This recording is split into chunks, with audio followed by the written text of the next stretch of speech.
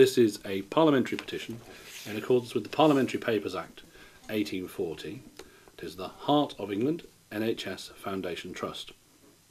The petition of Mr. Shahzada Hussain declares that the petitioner is a resident of Sheldon, Birmingham, and an award-winning web development manager working for the Heart of England NHS Foundation Trust, EFT.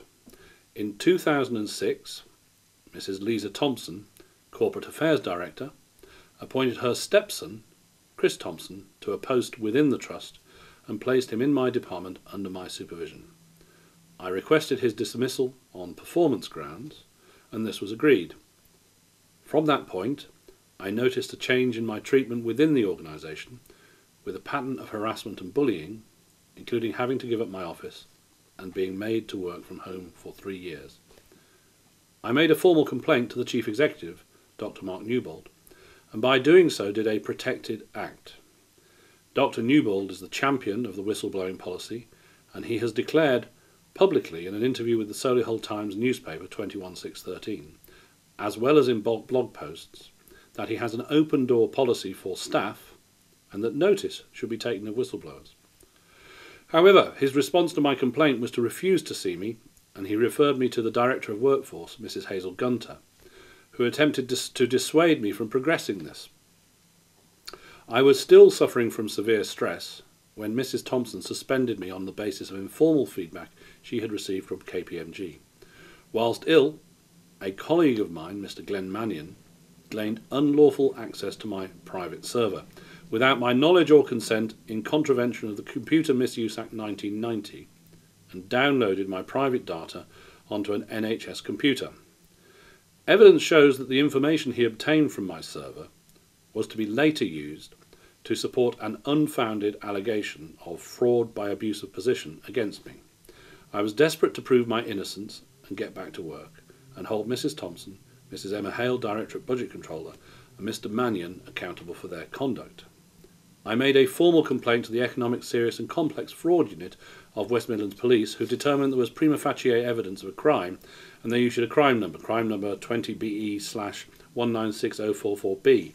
However, they determined the matter should be investigated by the Trust, with the consequence there being every possible attempts by my employers to cover up what I understand to be an act of criminality committed against me. Despite returning a second time to the police, they have still taken no action whatsoever and have shown no desire to give me the opportunity of making a formal statement. Mrs. Thompson commissioned a criminal investigation by KPMG, and I was interviewed under caution in the presence of my solicitor by Mrs. Karen Sharrocks, the counter-fraud specialist. Mrs. Sharrocks failed to interview key witnesses nominated by myself, whom I said would be able to prove my innocence, and she also did not consider personal financial data that I offered to her. KPMG concluded on the balance of probabilities SH has abused his position and gained financially from his actions. I was so concerned about the way this investigation was conducted, and desperate to prove my innocence, that I asked for an independent investigation to be undertaken by NHS Protect. Their investigation was undertaken by a local counter-fraud specialist, who conducted a very thorough and extremely professional investigation. Amongst a number of very serious criticisms he made about the KPMG investigation, he stated, the KPMG investigation was poorly conducted and made recommendations which were not adequately supported by the facts of the matter. A number of lines of inquiry were either not followed or were actively avoided. No rationale has been provided for the decisions arrived at in respect of these. However, one could speculate that the investigator's convenience may be a driver here. He also states, I believe the criminal investigation conducted by KPMG fell short of acceptable standards. The LCFS did not pursue all reasonable lines of inquiry. He goes on to say, no attempt was made to verify whether or not Mr. Hussain had actually profited from his activities. And interestingly says, from evidence supplied by Mr. Hussain to me, it appears he's incurred costs in excess of the amount he invoiced and was paid by the Trust.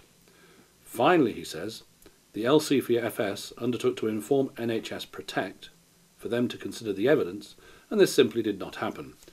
What concerns me greatly is that Karen Sharrocks actively failed to consider important evidence offered to her by me, which in turn brings into question the independence and fairness of her investigation, given that it was paid for by the Trust.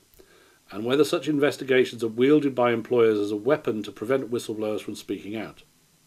In September 2014, I was reimbursed just over £5,000 in expenses I had incurred as part of the provision of hosting for a number of websites for the trust that KPMG had concluded I had benefited financially from. On my return from sick leave, I lodged 2 grievances. For the first, the investigating officer, Mr. Martin Long, failed to interview me. For the second, the investigating officer, Miss Kim Orlandini, not only turned down my complaints, but she was unable at the feedback meeting to substantiate her findings with any supporting evidence. Like Mr. Long, she left the Trust's employment following her investigation. I submitted appeals to the findings of these 2 investigating officers within the 10-day deadline stipulated in Trust policy, and some 2 years later the appeal hearings are still outstanding. I was so concerned about the irregularities in procedure and how unfairly the Trust was dealing with these matters that I had no alternative but to raise a formal whistleblowing complaint. It was at this point I was told to direct all future correspondence to the Trust solicitors, Capsticks, who would now be dealing with me. Capsticks appointed a private investigator, Miss Nora Bartley, to conduct a whistleblowing inquiry. Initially, the Trust refused to allow my MP to attend a meeting with her, and the terms of reference were provided to me 1 day before the first meeting with Miss Bartley. They had been drawn up by Capsticks, without my involvement, and they did not adequately reflect my whistleblowing concerns, but rather had an unhealthy focus on a re-investigation of my original employment grievances. I had to insist that the meeting be deferred in order that I could submit an amended terms of reference. I submitted an amended terms of reference which was initially accepted by the Trust. However, 2 days before the meeting was due to take place, Capsticks informed me that a number of key areas of my terms of reference were to be omitted from Miss Bartley's investigation. I expressed my disquiet that the investigation would not fully encompass my entire whistleblowing concerns, and that Miss Bartley was not a member of any regulatory body, and therefore best practice should not be assured. My protestations fell on deaf ears. Miss Bartley continued with her investigation. She did not take formal evidence from me, and failed to interview the important witnesses I nominated. Furthermore, she did not consider additional evidence that had been provided by NHS Protect, which would have been crucial in determining the truth. As is demonstrated in my case, KPMG provided the Trust with a report that was used as a means to suspend me, even though the findings within the report are not adequately supported by facts of the matter. This report was produced by KPMG as a result of investigation that ultimately has been determined to have fallen short of acceptable standards. Yet I remain suspended, accused of impropriety with my health, career and reputation in tatters.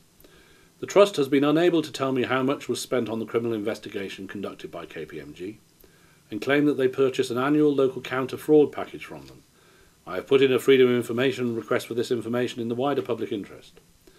On the recommendation of the Secretary of State for Health, I have lodged a formal complaint with Monitor, who is currently investigating and is considering potential breaches of the Trust provider's licence conditions.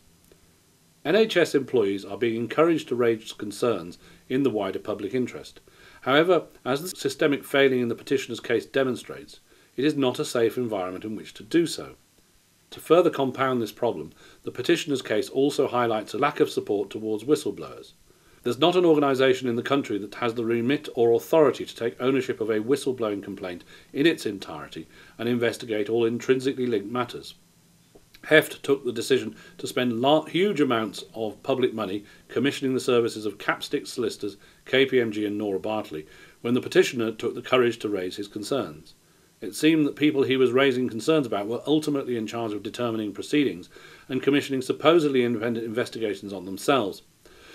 The petitioner therefore requests that the House of Commons holds a parliamentary debate to discuss the validity for the creation of a national whistleblowing authority. The petitioner requests the cost of the KPMG investigation conducted by Karen Sharrock is refunded to the Trust, and the money is used to purchase medical equipment to support the needs of his clinical colleagues.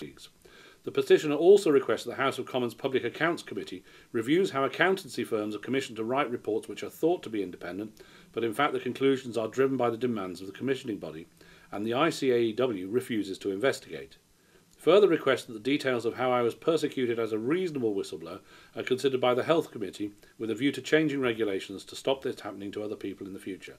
And the petitioner remains, presented by John Hemming, P001392.